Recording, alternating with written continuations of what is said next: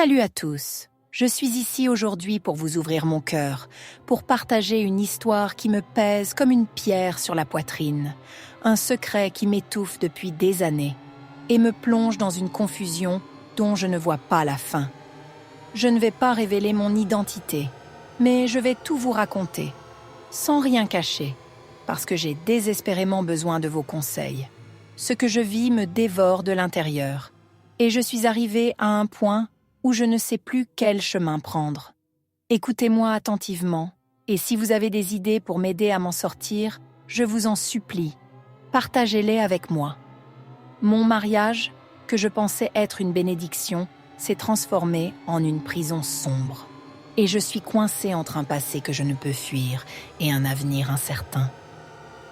Je viens d'une petite ville dans l'est de l'Ouganda, un endroit poussiéreux où les collines verdoyantes cachent des vies marquées par la lutte quotidienne. Mon père était un fermier, un homme aux mains calleuses qui cultivait du maïs et des haricots sur un lopin de terre brûlé par le soleil. Ma mère vendait des bananes plantains au marché local, passant ses journées à marchander sous un parasol délavé pour ramener quelques shillings à la maison. J'avais 3 frères plus jeunes, et on vivait dans une maison en briques de boue avec un toit en tôle rouillée qui résonnait comme un tambour sous les pluies torrentielles. La vie était dure. On mangeait souvent du porridge fade ou du pot chaud avec une sauce maigre. Et les vêtements neufs étaient un luxe qu'on voyait seulement dans les rêves. Mes parents se battèrent pour nous, mais quand j'avais 10 ans, ma mère est tombée malade. L'hypertension l'a rongée, et sans argent pour des médicaments ou un hôpital décent, elle est morte une nuit, laissant un vide que je ressens encore aujourd'hui. Mon père a essayé de tenir bon, mais le chagrin l'a brisé. 2 ans plus tard, il s'est effondré dans les champs, victime d'une crise cardiaque, et nous sommes devenus orphelins. À 12 ans, je suis devenue une mère pour mes frères. On survivait grâce à la charité des voisins, une assiette de haricots par-ci, un bol de matoké par-là, et je me suis mise à travailler. Je ramassais du bois à vendre, portais des seaux d'eau pour les femmes du marché, nettoyais des maisons pour quelques pièces. Mes frères ramassaient des bouts de ferraille ou mendiaient dans les rues. On dormait sur des nattes usées, partageant une couverture trouée qui ne tenait plus le froid. L'école, un rêve que j'avais caressé, s'est éteinte. Je n'avais ni chaussures ni uniforme, et mes frères non plus. La faim était notre compagne quotidienne. Certaines nuits, on se couchait le ventre vide, écoutant les grondements de nos estomacs jusqu'à ce que le sommeil nous emporte. Dans ce désespoir, j'ai rencontré mon mari il y a 8 ans. J'avais 20 ans et lui, il était un homme d'un autre monde. Il venait d'une famille riche de Kampala. Son père était un commerçant prospère, propriétaire de plusieurs magasins de matériaux de construction et de terrain dans la capitale. Mon mari, lui, travaillait avec lui, gérant une partie des affaires familiales. Il avait une voiture rutilante, une voix assurée et des vêtements qui sentaient le luxe, des chemises bien taillées et des chaussures en cuir qui brillaient sous le soleil. On s'est croisés un jour alors que je vendais des bananes au bord de la route. Il s'était arrêté pour acheter un régime et nos regards se sont accrochés. Il m'a souri, m'a parlé doucement et bientôt, il revenait régulièrement. Quelques mois plus tard, il m'a demandé en mariage. Pour moi, c'était une échappatoire, une chance de fuir la misère, de donner un avenir à mes frères. J'ai dit oui, ébloui par cette promesse d'une vie meilleure. Mais dès le début, quelque chose m'a troublée dans cette famille. La relation entre mon mari et son père, mon beau-père. Ils étaient inséparables, comme 2 faces d'une même pièce. On aurait dit 5 et 6, comme on dit ici. Mon beau-père contrôlait tout. Pendant les préparatifs du mariage, mon mari et moi avions imaginé une cérémonie modeste, une petite église près de chez moi, un repas simple avec du matoke et du poulet, une célébration avec nos proches. On avait passé des nuits à en parler, dessinant nos plans sur un bout de papier, rêvant d'un moment qui nous ressemblait. Mais mon beau-père est intervenu un soir, alors qu'on était assis dans leur grand salon à Kampala, entouré de meubles en bois massif et de tapis importés. « Non, ça ne va pas », il a dit, sa voix grave résonnant dans la pièce. Mon fils mérite mieux. On va faire ça en grand. Il a tout repris en main. Une cathédrale imposante à Kampala, des invités en tenue traditionnelle coûteuse, une réception avec des musiciens et des plats sophistiqués comme du poisson grillé et des desserts que je n'avais jamais vus. Mes idées, mes choix ont été balayés comme si je n'existais pas. Mon mari n'a rien dit. Il a hoché la tête, suivant son père comme un enfant obéissant. Ça m'a irritée. Pourquoi mon futur mari ne pouvait-il pas défendre nos plans? Mais je me suis tue. Je venais d'un milieu pauvre, et cette richesse me faisait peur autant qu'elle m'attirait. Le mariage a eu lieu, et au début, mon mari était un rêve éveillé. Il m'a couverte de cadeaux, des robes en tissu kitenge cousues sur mesure, des bracelets en or qui scintillaient à mon poignet, une voiture neuve rien que pour moi, une petite Toyota rouge qui me faisait sentir comme une reine. Il m'a installée dans une maison moderne à Kololo, un quartier chic de Kampala avec des rues bordées d'arbres et des villas entourées de murs hauts. Mes frères ont pu retourner à l'école grâce à son argent. Des uniformes neufs, des livres, des frais payés sans que je m'en dise. Moi, je ne manquais de rien. Des placards pleins de vêtements, un frigo rempli de viande et de fruits, une télé qui diffusait des chaînes que je n'avais vues que dans les films. Il me donnait des liasses de shillings pour mes besoins, disant « Prends ce que tu veux, ma chérie ». J'étais émerveillée. Après des années de faim, de nuits sur des nattes trouées, je vivais enfin. Mais il y avait un problème qui grandissait comme une ombre. Je ne tombais pas enceinte. On essayait, souvent, avec passion. Mon mari était vigoureux au lit, ses mains chaudes sur ma peau, son souffle rapide dans mon cou. Les nuits étaient pleines de promesses, mais les mois passaient et rien ne venait. On se regardait parfois en silence, une question muette flottant entre nous. J'ai commencé à m'inquiéter. Étais-je stérile? Était-ce moi le problème? Lui aussi semblait préoccupé, mais il ne disait rien, esquivant mes regards quand je posais la question. Les années ont défilé. 2, 3, puis 4, et toujours rien. Mon ventre restait vide, et une tension sourde s'installait dans notre foyer. C'est alors que mon beau-père est entré dans ma vie d'une manière que je n'aurais jamais imaginée. Un soir, alors que je balayais la véranda de notre maison, une grande terrasse avec des chaises en osier et une vue sur le jardin bien entretenu, il est arrivé sans prévenir. Il portait un costume gris impeccable, ses cheveux gris soigneusement peignés, son visage marqué par les années, mais toujours autoritaire. Il s'est assis sur une chaise et m'a regardé avec des yeux qui semblaient percer mon âme.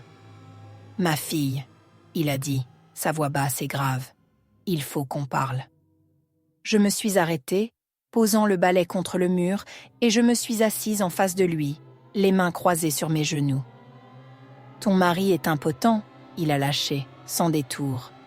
J'ai senti mon cœur s'arrêter. « Quoi ?» j'ai murmuré, incrédule. Il a continué. « Il ne peut pas te donner d'enfant. C'est un problème dans notre famille. Ma femme a mis 4 ans pour le concevoir. Et après lui, plus rien. Moi aussi, j'ai eu des difficultés, mais il y a une solution. » J'étais confuse, mon esprit tournant à toute vitesse. « Quelle solution ?» j'ai demandé, la gorge sèche. Il m'a fixé, ses yeux brillants d'une étrange intensité. « Je vais coucher avec toi pour te donner un enfant. Ça restera dans notre sang, dans notre famille. » J'ai cru que le sol s'ouvrait sous mes pieds. Dormir avec mon beau-père, cet homme de plus de 60 ans, avec ses rides profondes et sa démarche lente. J'ai secoué la tête. Non, c'est impossible. Mais à ce moment-là, mon mari est entré dans la pièce et à ma stupéfaction, il a soutenu son père. « Ma chérie, écoute-le, je veux des enfants, mais je ne peux pas te les donner.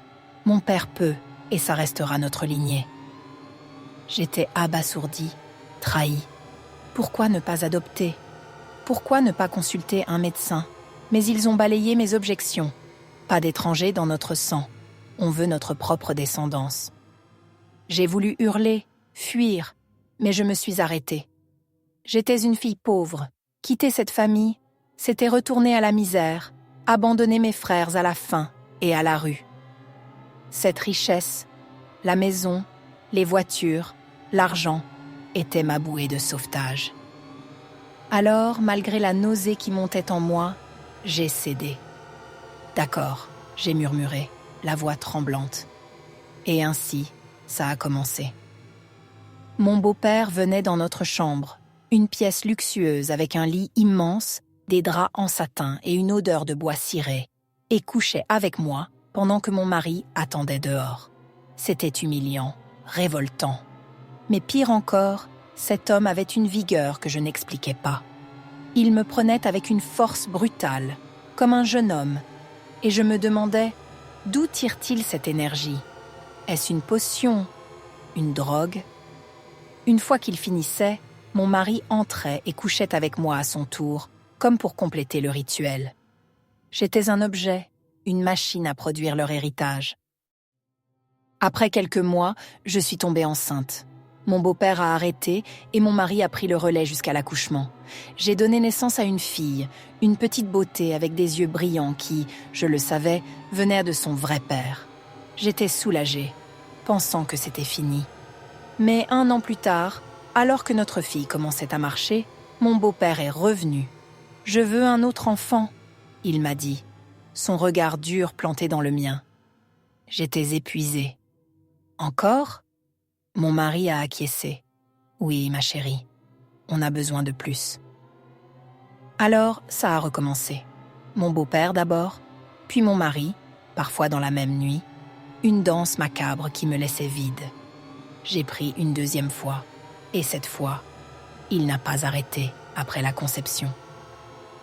Même enceinte, il continuait, disant qu'il voulait renforcer le lien. J'ai accouché d'une autre fille, et il n'était en ça pas satisfait. Il voulait un garçon. Maintenant, ma 2e fille a 2 ans, et mon beau-père revient encore. Cette fois, je veux un fils, il m'a dit, sa voix froide comme une lame. Si ce n'est pas un garçon, je continuerai jusqu'à ce que ça le soit. Ça a empiré. Parfois, ils me prenaient tous les deux en même temps, moi au milieu du lit, mon beau-père à ma droite, mon mari à ma gauche. Mon beau-père finissait, puis mon mari prenait la relève, comme une routine perverse. Mon mari semblait y prendre plaisir. Il souriait presque en regardant son père, comme si c'était un jeu. Mon beau-père, avec sa force inexplicable, me dominait avec une énergie brutale qui me laissait tremblante. Et je me demandais s'il utilisait des herbes ou des potions pour tenir ainsi. Je me sentais sale, brisée, mais je ne pouvais rien dire. Mon mari ne me défendait pas. « C'est ce que mon père veut », il répétait, comme un disque rayé. Puis, il y a 6 mois, j'ai rencontré un autre homme. C'était au marché, alors que j'achetais des ignames pour le dîner. Il était gentil, un commerçant avec un sourire doux et des mots simples. On a discuté, et il m'a dit qu'il m'aimait. Je lui ai parlé de mes 2 filles, mais pas de mon mariage, trop honteux. « Je t'accepte avec tes filles », il m'a répondu. « Je veux t'épouser. » Mon cœur s'est emballé. Une chance de fuir ? Mais comment ? Mon beau-père et mon mari ne me laisseront jamais partir avec mes enfants. Ils veulent leur sang dans la famille. Et mon beau-père est une figure publique à Kampala, un gros donateur dans l'église pentecôtiste locale, un homme respecté par les pasteurs, les diacres, les fidèles. Si vous le voyiez, grand, élégant, toujours en costume sombre avec un sourire charitable, vous ne croiriez jamais qu'il fait ça. Il finance les chaises de l'église, les dons pour les pauvres, les projets de charité. Les gens l'appellent un saint, mais moi, je vois le diable qu'il est. Je suis venue ici pour demander de l'aide. Je ne peux pas en parler à mes amis. C'est trop humiliant. Et ils ne me croiraient pas. Ma mère est morte, ma belle-mère aussi. Je n'ai personne à qui me confier. Aucune femme pour me guider. Au début, j'ai accepté pour échapper à la pauvreté, pour aider mes frères. Ils vont à l'école grâce à cet argent. Ma famille mange à sa faim. Mais ça a changé. Ce n'était pas censé être ainsi. Le plan initial était que mon beau-père me féconde une fois, puis s'arrête. Maintenant, c'est un cycle sans fin, et je suis piégée. Dois-je rester et donner un troisième enfant, espérant un garçon pour qu'il me laisse enfin tranquille? Ou fuir avec cet homme qui m'aime, mais sans mes filles? Mon beau-père menace de tout. Il est riche, puissant, et s'il apprend que je veux partir, il me traquera. Je suis confuse, brisée. Aidez-moi, je veux juste la paix.